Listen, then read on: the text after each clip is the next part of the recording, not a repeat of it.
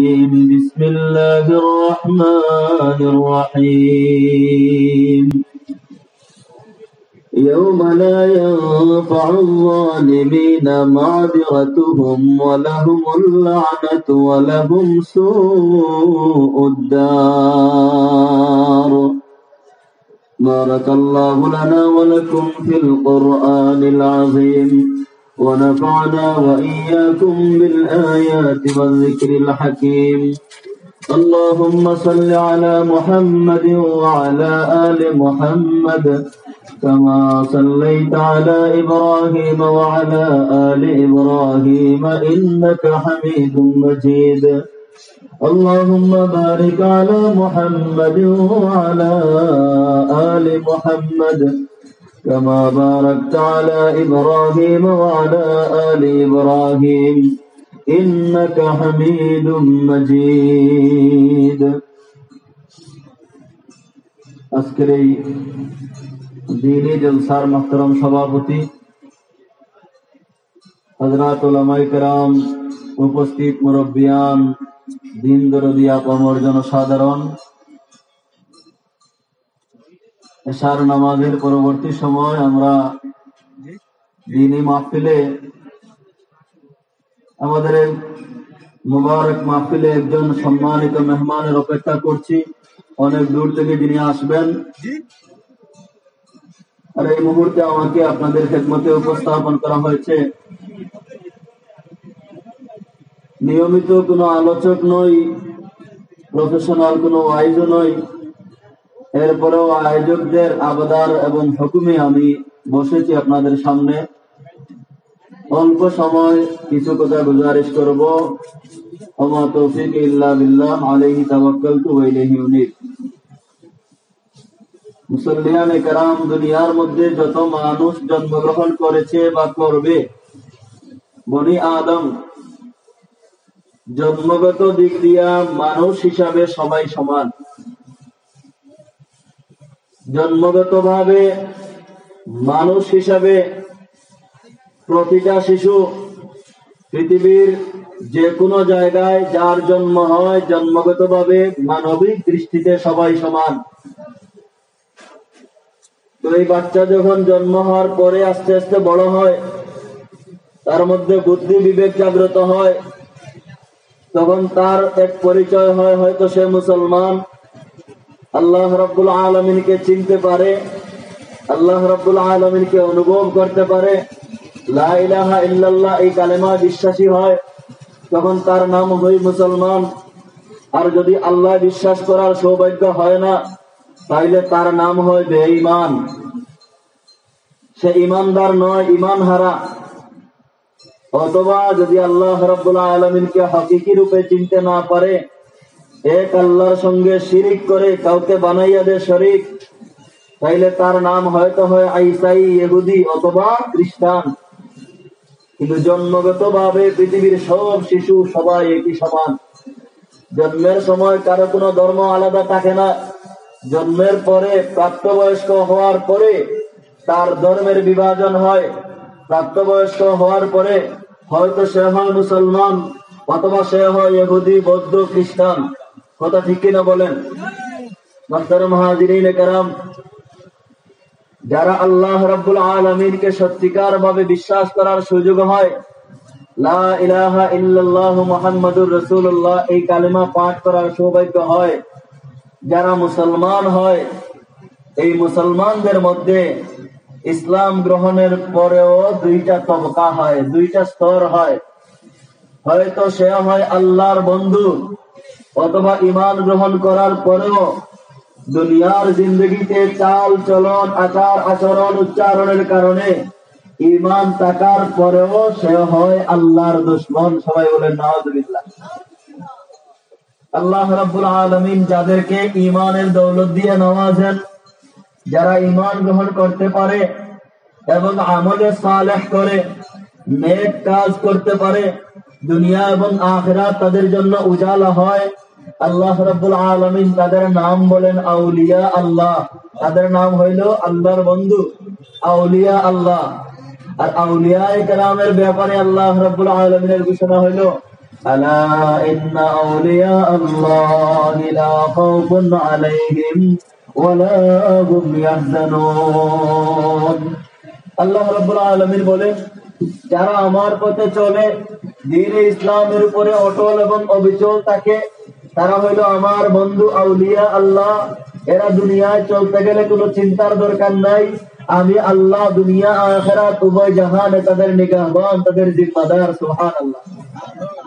আর যারা আল্লাহর রাস্তায় চলার তৌফিক হয় না, সিরাতে মুস্তাকিম চিনতে পারে না, সঠিক রাস্তা পায় না, ঈমান আছে, এক আল্লাহ বিশ্বাস করে, নবী মুহাম্মদুর রাসূলুল্লাহকে বিশ্বাস করে, অন্তরের মধ্যে আল্লাহর উপরে ইয়াকিন আছে এবং রাসূলুল্লাহকে মহব্বত করে, কিন্তু সিরাতে মুস্তাকিমে চলতে পারে না। আল্লাহর রাসূল সাল্লাল্লাহু আলাইহি ওয়াসাল্লাম ইরশাদ ফরমান, ঈমান থাকার পরেও এরা দুনিয়ায় আল্লাহর দুশমন। সবাই বলে নাউযুবিল্লাহ। মুহতারাম হাজিরিন کرام, রাসূলুল্লাহ সাল্লাল্লাহু আলাইহি ওয়াসাল্লাম ইরশাদ ফরমান, ৬০ দল মানুষ জমিনের মধ্যে আল্লাহর দুশমন। আল্লাহ রাব্বুল আলামিন এদেরকে আল্লাহর দুশমন ঘোষণা করেন।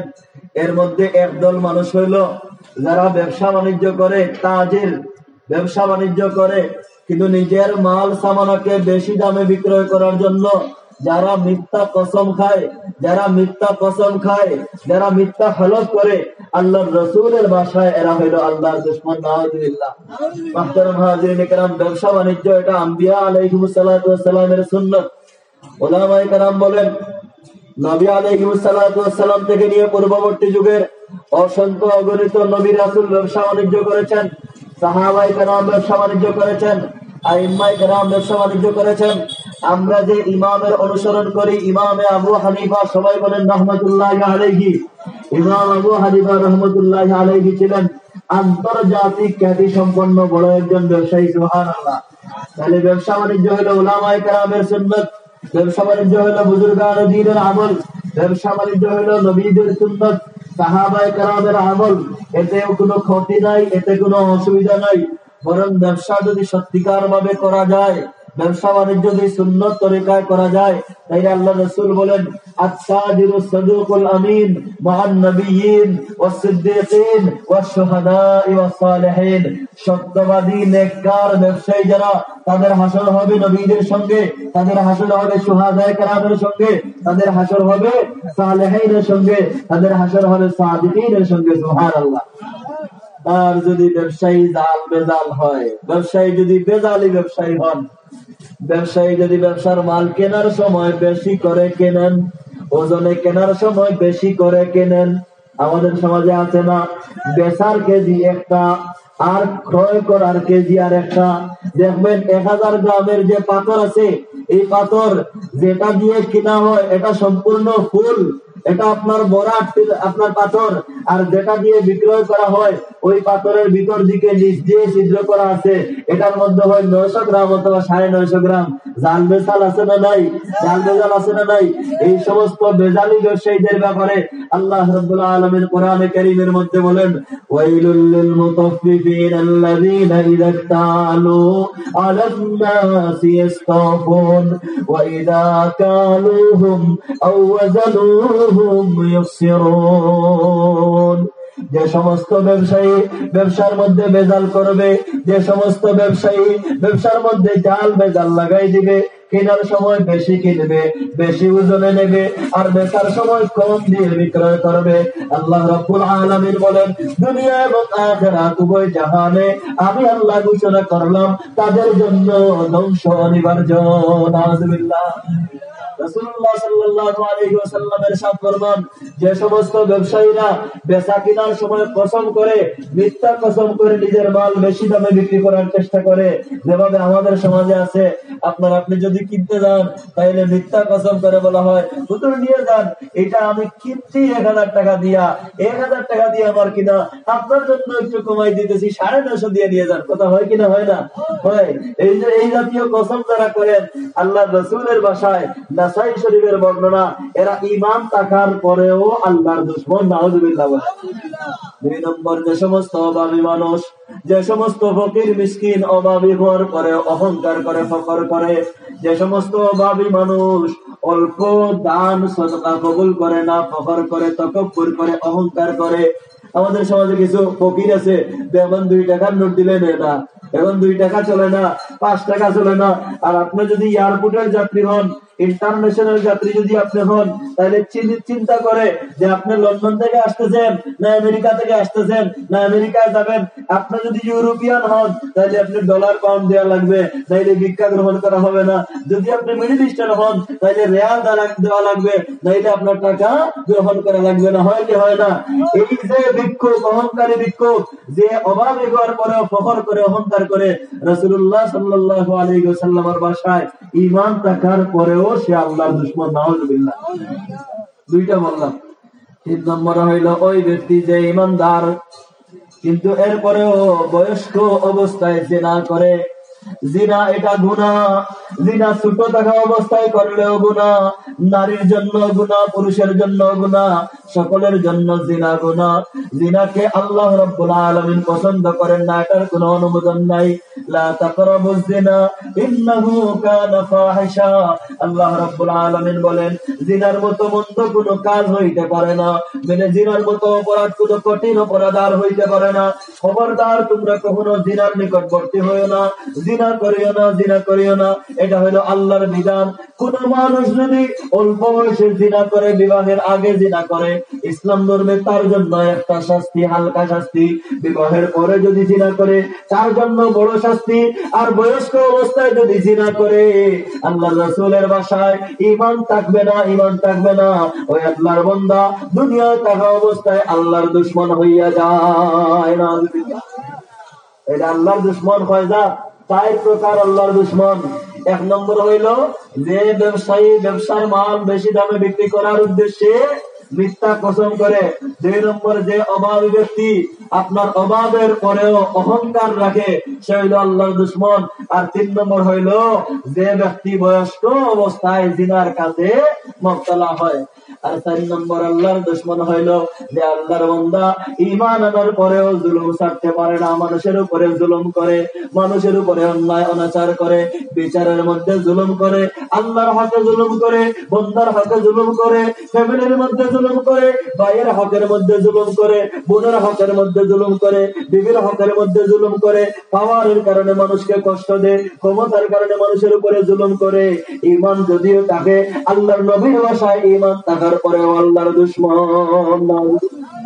ঈমান হয়তো তোমার আছে, কিন্তু এই ঈমান তোমাকে রক্ষা করতে পারবে না। ঈমান থাকার পরেও যদি জুলুম ছাড়তে পারো না, তাইলে তুমি আল্লাহর বন্ধু হতে পারবে না, তুমি আল্লাহর দুশমন। নাউযুবিল্লাহ। আর যদি আল্লাহর দুশমন কেউ হয়ে যায়, আল্লাহর রাসূলের ভাষায় আল্লাহর দুশমন যে হবে, জালিম যে হয়ে যাবে, ইবাদত বندگی করলে সে ইবাদত বندگی কখনো কবুল হয় না। তওবা ছাড়া ইবাদত কবুল হয় না, তওবা ছাড়া ইবাদত কবুল হয় না। আল্লাহর হক যদি নষ্ট করো, তওবা করা লাগবে, তওবার পরে ইবাদত কবুল হয়। আর বান্দার হক যদি নষ্ট করো, তাহলে বান্দার কাছ থেকে মাফি না নিলে সেই ইবাদত কবুল হয় না। এখন চিন্তা করেন, জুলুম কি পরিমাণ মারাত্মক ক্ষতির কাজ। জুলুম করে যদি আপনি নামাজ পড়েন, আপনার এই নামাজ ঝুলন্ত জায়গা যায়। জালিমের নামাজ আল্লাহর কাছে যায় না, জালিমের হজ আল্লাহর কাছে যায় না, জালিমের যাকাত আল্লাহর কাছে যায় না, জালিমের সদকা আল্লাহর কাছে যায় না। জুলুম করবা মানুষের উপরে, হজ করবা, নামে হাজির হইতে পারো, আল্লাহর কাছে তোমার হজ কবুল হবে না। জুলুম করবা, নামাজ পড়বা, নামাজের চিহ্ন চেহারার মধ্যে যদি লাগাইয়া দাও, সেই নামাজ আল্লাহর দরবারে কবুল হবে না। জুলুম বড় মারাত্মক ক্ষতির কাজ। জুলমের কারণে সব তছনছ হইয়া যায়। আল্লাহ রাসূল সাল্লাল্লাহু আলাইহি ওয়াসাল্লামের ইরশাদ ফরমান, 1 বিঘা পরিমাণ জায়গা যদি কোন আল্লাহর বান্দার 1 বিঘা পরিমাণ, 1 হাত পরিমাণ, 1 ইঞ্চি পরিমাণ জায়গা যদি তুমি জুলুম করে মানুষের অধিকার করে নাও, মানুষের কেড়ে নাও, কিয়ামতের ময়দানে 7 ভাগ ডবল করিয়া তোমার গলার মধ্যে যে সেগুলো লটকাইয়া দেওয়া হবে। যাও এখন আটো, 1 হাত নিছো, 1 হাত, 1 ডিসিমেল নয়, 1 হাত নিলে 7-8 গুলোর মধ্যে লটকাইয়া বলা হবে যাও এখন চলো 1 ডিসিমেল নিয়েছো 7 ডিসিমেল গোলার মধ্যে লটকানো, 1 বিঘা নিছো 7 বিঘা গোলার মধ্যে লটকানো। এর চাইতে যত বেশি নিবা যে পরিমাণ জুলুম করবা সম পরিমাণ জায়গা তোমার গলার মধ্যে লটকাইয়া দেওয়া হবে। নাউযুবিল্লাহ। মুহতারাম হাজিরিন কিরাম, লম্বা আলোচনা করবো না। আজকে আমাদের সমাজে সব আছে, সমান্তরাল জুলুম আছে না নাই? কথা বলেন। টাকা পয়সা বাড়তেছে, জুলুমও বাড়তেছে, মায়া মহব্বত প্রেম প্রীতি ভালোবাসা সেইটাও বাড়তেছে, জুলুমও বাড়তেছে। আমাদের মধ্যে ওয়াজও বাড়তেছে, জুলুমও বাড়তেছে, সদকাও বাড়তেছে, জুলুমও বাড়তেছে, মসজিদ মাদ্রাসাও বেশি হইতেছে, জুলুমও বেশি হইতেছে। কথা ঠিক কিনা বলেন?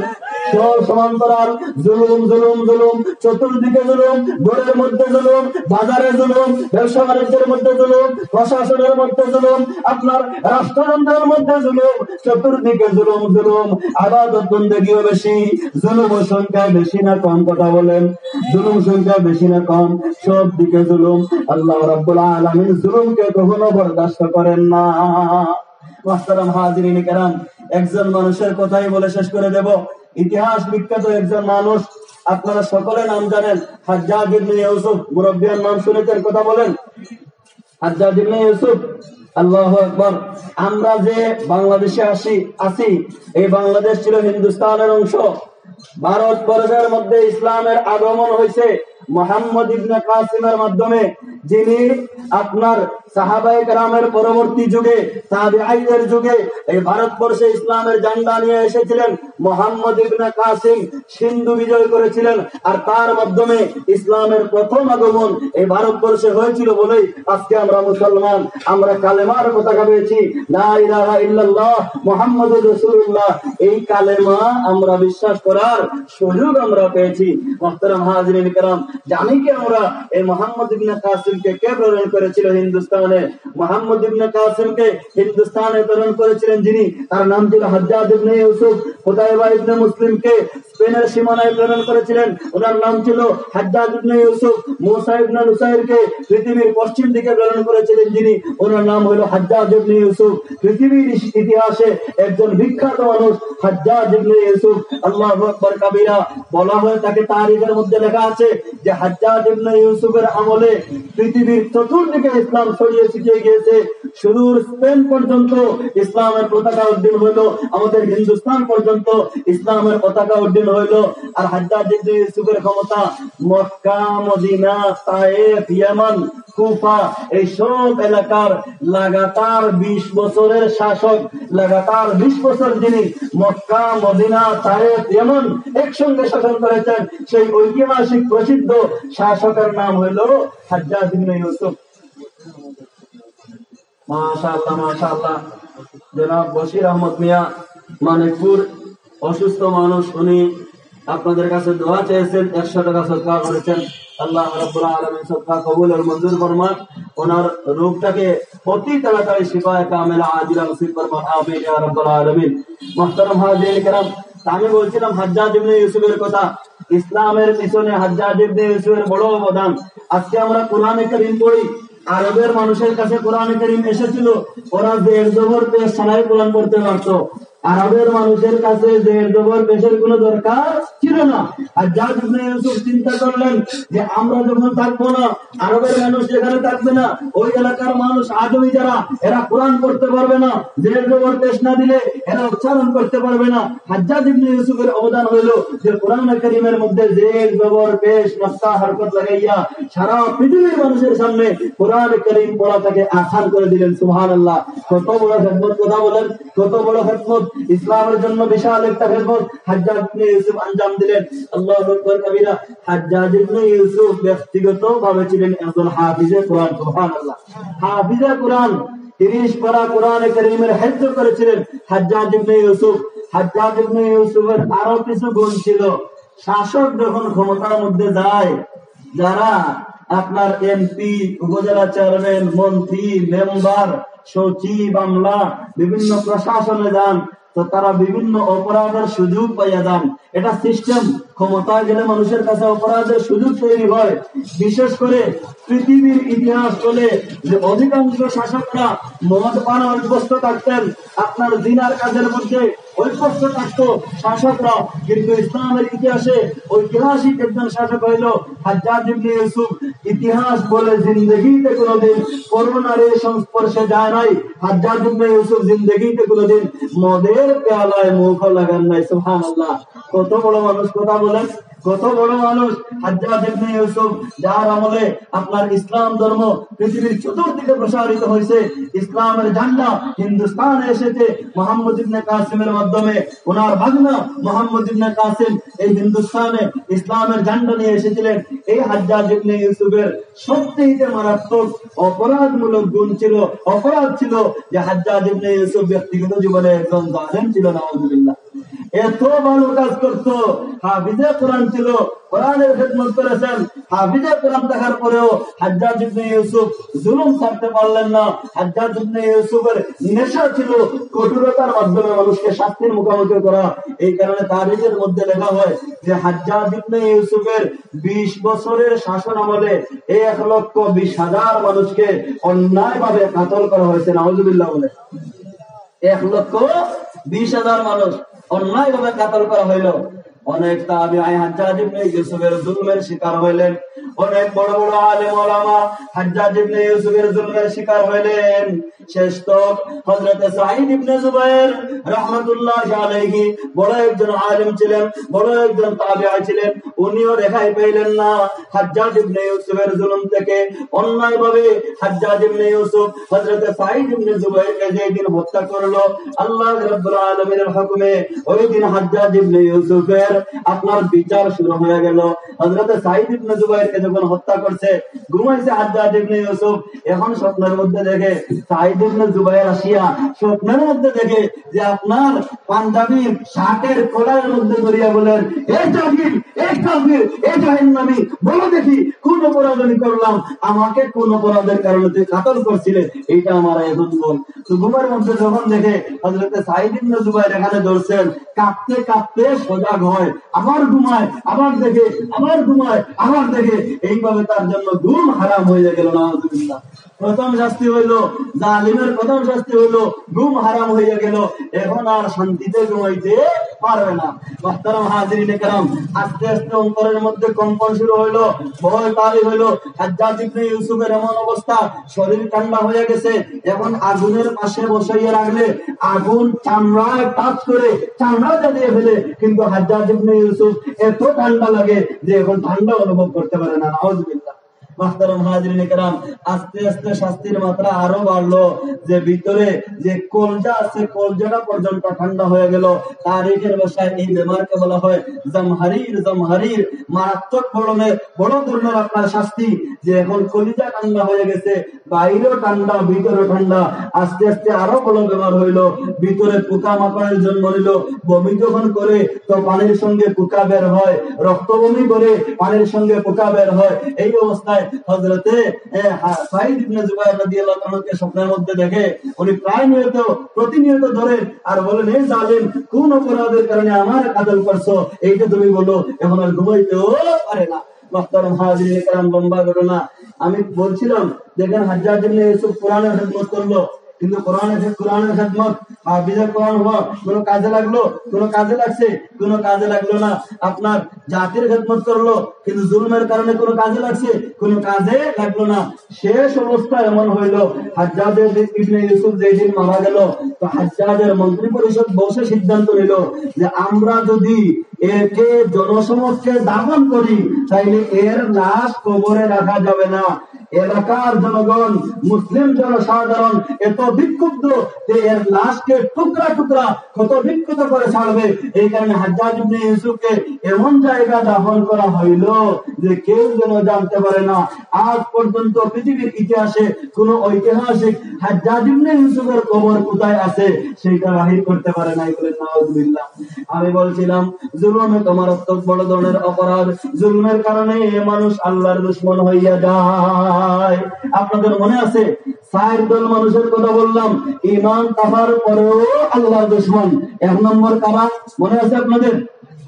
1 নম্বর ওই ব্যবসায়ী যে ব্যবসা বাণিজ্য করে মিথ্যার আশ্রয় নিয়ে, মিথ্যা কসম খাইয়া নিজের মাল, ব্যবসার মাল বেশি দামে বেচার চেষ্টা করে, ঈমান থাকলেও আল্লাহর দুশমন। 2 নম্বর ওই অভাবী ব্যক্তি, ওই ভিক্ষুক, ওই মিসকিন, ওই ফকির যে ব্যক্তি অভাবী হওয়ার পরেও অহংকার করে, আল্লাহর বন্ধু হইতে পারে না, আল্লাহর দুশমন হইয়া যায়। 3 নম্বর ওই বৃদ্ধ মানুষ, ওই বয়স্ক মানুষ বৃদ্ধ হওয়ার পরেও যে জিনার কাজ ছাড়তে পারে না, সে হইল আল্লাহর দুশমন। মুহতারাম হাজিরিন কেরাম, জিনা কি কেবলমাত্র আইনে ফেরাদের নাম? কেবলমাত্র কোন নারীর সঙ্গে সরাসরি মেলামেশার নাম জিনা নয়, বরং উলামায়ে কেরাম এখানে আছেন, জিনার শাখা পোশাকা আছে। হাতেরও জিনা আছে, পায়েরও জিনা আছে, মাথারও জিনা আছে, বুদ্ধিরও জিনা আছে, মুখেরও জিনা আছে, চোখেরও জিনা আছে। উলামায়ে কেরাম বলেন হাদিসের ভাষা হলো চোখের জিনা হলো চোখ দিয়ে দেখা। জিনার কর্ম যদি আপনি দেখেন, মোবাইলের মধ্যে আপনি জিনার কর্ম দেখতেছেন, এটা হলো সরাসরি জিনা করার নামান্তর। আপনি কান দিয়ে যদি জিনার এই আমলগুলো অনুভব করেন, তাইলে এটাও আপনার জন্য গুনাহ, জিনা সরাসরি জিনার মতো। আপনি যদি পা দিয়ে জিনার কাজের দিকে অগ্রসর হন, তাইলে এটা হলো আপনার পায়ের জিনা। আপনি যদি হাত দিয়ে ধরেন, তাইলে এটা হলো আপনার হাতের জিনা। নাউযুবিল্লাহ। আপনি যদি বুদ্ধি বিবেক এই কাজের মধ্যে জড়ান, তাইলে এটা হলো আপনার বুদ্ধি ব্রেইনের জিনা। যে বয়স্ক ব্যক্তি জিনার কাজ ছাড়তে পারলো না, বৃদ্ধ বয়সে জিনার কাজে মুবতলা হয়, আল্লাহর নবীর ভাষায় এই আল্লাহর বান্দা আল্লাহর দুশমন। নাউযুবিল্লাহ।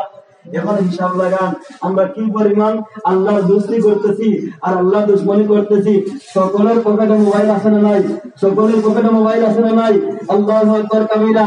মোবাইল থাকবে না, এটা আইন করে বন্ধ করা যাবে না, কিন্তু ভাই মোবাইল যেটা আছে কোন লাইনে এটা ব্যবহার করতেছো, এই মোবাইল ব্যবহার করে হয়তো তুমি আল্লাহর বন্ধু অথবা হয়তো তুমি আল্লাহর দুশমন। আল্লাহ রাব্বুল আলামিন হেফাজত করুন। জুলুম বড় মারাত্মক অপরাধ। জুলুম এমন অপরাধ যে জুলুমের কারণে ইবাদত বندگی ধ্বংস হয়ে যায়। আমি যে আয়াত আপনাদের সামনে তেলাওয়াত করেছি, এই আয়াতের মধ্যে আল্লাহ রাব্বুল আলামিন কিয়ামতের ময়দানে জালিমের করুণ পরিণতির কথা বলতেছেন। আল্লাহ বলেন যে যখন কিয়ামত হবে, আমার সামনে আসবে, দুনিয়ার মানুষ আমার সামনে দণ্ডায়মান হবে, বিচার হবে, ওই সময় জালিম আমার সামনে আসিয়া মাযিরাত করবে, উযরখানি করবে, আল্লাহ আমি অনুভব করতে পারি নাই, আল্লাহ আমি বুঝতে পারি নাই, না বুঝে আমি জুলুম করেছি, ওগো মাবুদ, ওগো দয়াময়, আমারে তুমি মাফ করে দাও। এত হজ করলাম, এত যাকাত দিলাম, এত সদকা করলাম, এত নফল রোজা রাখলাম, ও মাবুদ মেহেরবানি করো, আমারে মাফ করে দাও। আল্লাহ বলেন ওই সময় আমার সামনে আসার পরে কোন ধরনের মাযিরাত কবুল হবে না, কোন ধরনের উযরখানি আমার দরবারে গ্রান্ট হবে না। নাউযুবিল্লাহ। কোন ধরনের উযরখানি يوم لا ينفع الظالمين معذرتهم ولهم اللعنة ولهم سوء الدار। জালিম যখন জুলুম করে হিসাব করার দরকার, আল্লাহর সামনে যখন জালিম যাবে, মাযিরাত করার কোনো সুযোগ থাকবে না। আজকে আমরা অহরহ জুলুম করি, পরিবারের মধ্যে জুলুম করা হয়, বাবা সম্পত্তি ছাড়িয়া গেলে বোনের যে হক, সে হক আদায় করার আমরা কোনো দরকার মনে করি না। আছে না আমাদের সমাজে? আমাদের মেহমান চলে আসছেন, আমি আমার কথা শেষ করে দেব। মুহতারাম হাজিরিন কেরাম, ভাই যেভাবে বাবার হক পায়, ভাই যেভাবে বাবার পরিত্যক্ত সম্পত্তিতে ভাই যেভাবে পায়, বোন ওইভাবে পায় না, বোন ওইভাবে পায়। কিন্তু আমাদের সমাজে এটা একটা ন্যাচারাল সমস্যা হয়ে গেছে।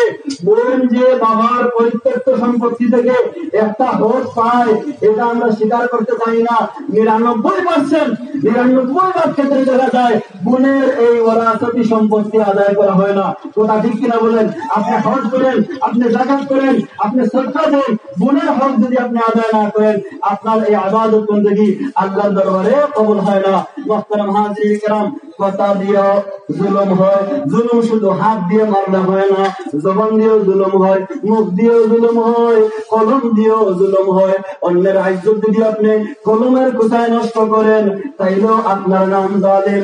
মুখ দিয়ে কথা বলে যদি আপনি অন্যের হক নষ্ট করেন, তাইলেও আপনার নাম জালিম। ফেসবুকে অন্যের বিরুদ্ধে লেখালেখি করলেন, সেটা যদি না হক হয়, তাই চাইলেও আপনার নাম জানেন, আল্লাহর আদালত থেকে রেহাই পাওয়ার কোনো সুযোগ থাকবে না। আজকে আমরা ফেসবুক ইন্টারনেট ব্যবহার করি, সব সময় আমাদের একটা নেশা থাকে কিভাবে অন্যকে ঘায়েল করা যায়, কথা ঠিক কিনা? ওয়াজের মাহফিলেও জুলুম হয়, তারাও জুলুম করেন। দেড়তহীন কণ্ঠে স্বীকার করে বলতে চাই, যে সমস্ত মানুষ এই সমস্ত চেয়ারে বসে কথা বলেন, এদের মধ্যে কিছু মানুষ জালেম আছেন, চিনে রাখা দরকার। আপনি মাইক পাইলেন, মাইকের সামনে যাওয়ার পরেও আপনার বিরুদ্ধে যে প্রার্থী তাকে গালিগালাজ করবেন, অহেতুক কুচ্ছারোচনা করবেন, এ ওয়াহাবি, এ বেদাতি, এ অমুক, সে তমুক, এই জাতীয় প্রভাগান্ডা করা, এটাও জুলুম। এই সমস্ত বয়ান বক্তৃতা করে আল্লাহর আদালত থেকে আপনি ছুটতে পারবেন না।